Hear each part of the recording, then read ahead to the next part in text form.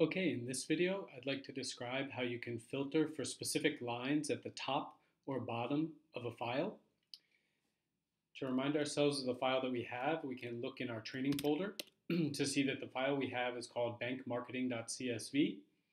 And let's start by saying that we're interested in looking at the header row within this CSV file. So to do so, you can use three different commands to do so, either head, sed, or awk commands. And so I'll demonstrate how to use each of those to look at filter for specific rows at the top of the file. To see the header row, we can say head 1 and then the file name to specify that we want to show the first row in the file.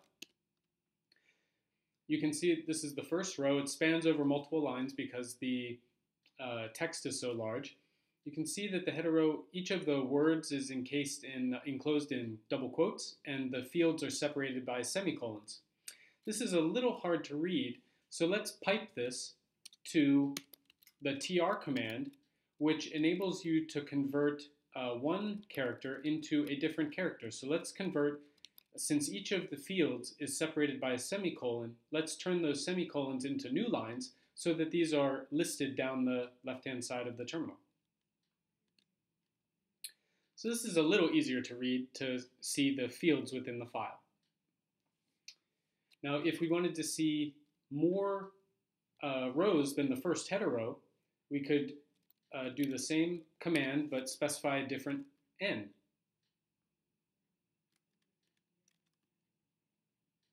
So let's say we're interested in the first 5 rows of the file, then we could just change n to 5.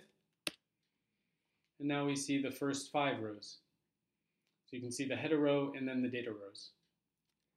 So that's how you can use head to see the first header row or first few rows in a file. And now let's look at how to do the same thing with the sed and awk commands.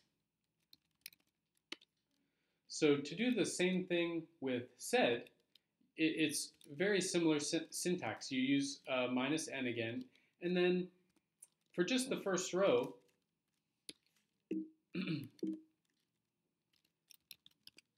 you specify 1p to print it to the screen. And again, if you wanted to, you could pipe this to tr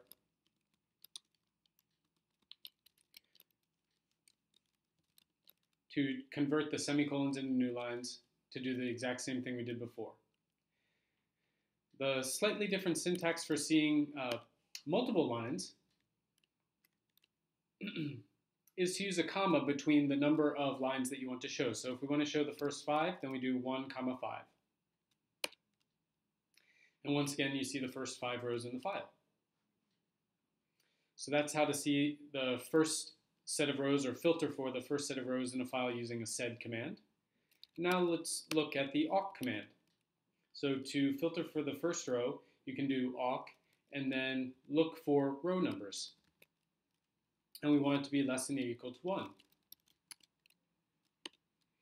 And you get the same header row. And again, you could pipe it to tr to have them listed down in a column. And to show the first 5 rows, we can just change the 1 to a 5.